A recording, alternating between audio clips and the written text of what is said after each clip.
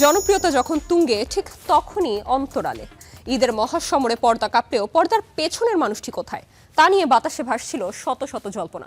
অবশেষে কাটলো সেই দীর্ঘ রহস্যের কুয়াশা।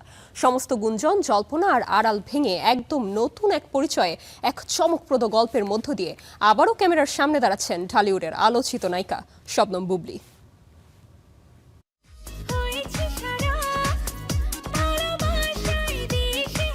গ্ল্যামার জগতে চাকচিক্য ছেড়ে বেশ কিছুদিন ধরেই লাইমলাইটের বাইরে ছিলেন ঢালিউডের জনপ্রিয় নায়িকা শবনম বুবলী। ঈদের সিনেমা মুক্তি পেলেও তাকে দেখা যায়নি কোনো প্রচারণায় কিংবা সামাজিক যোগাযোগ মাধ্যমে।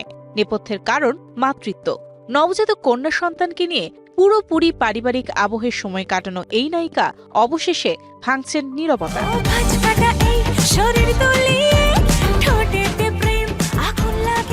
আসছে সেপ্টেম্বর মাসেই নতুন উদ্যমে ক্যামেরার সামনে দাঁড়াচ্ছেন বুবলী। জাহিদ হোসেন পরিচালিত ঢাকাইয়া দেবদাস চলচ্চিত্রে তার বিপরীতে দেখা যাবে এই প্রজন্মের অভিনেতা আদর আজাদকে। সিনেমার গল্প পুরান ঢাকার আদি সংস্কৃতিকে কেন্দ্র করে। এই সিনেমায় শিয়া যুবকের চরিত্রে অভিনয় করবেন আদর আজাদ। সুন্নি তরুণী চরিত্রে দেখা যাবে বুবলীকে। গল্পের খাতিরে দুই মূল চরিত্রকে কথা বলতে হবে ঢাকার ঐতিহ্যবাহী উর্দু বা খোট্টা ভাষায়। বিখ্যাত গবেষণা গ্রন্থ কিংবদন্তি ঢাকার রচয়িতা নাসির হোসেনের পুত্র জাহিদ হোসেন নিজেই পুরান ঢাকার বাসিন্দা হয় গল্পে মিলবে সত্যিকারের ভাষা ও সংস্কৃতির ছোঁয়া।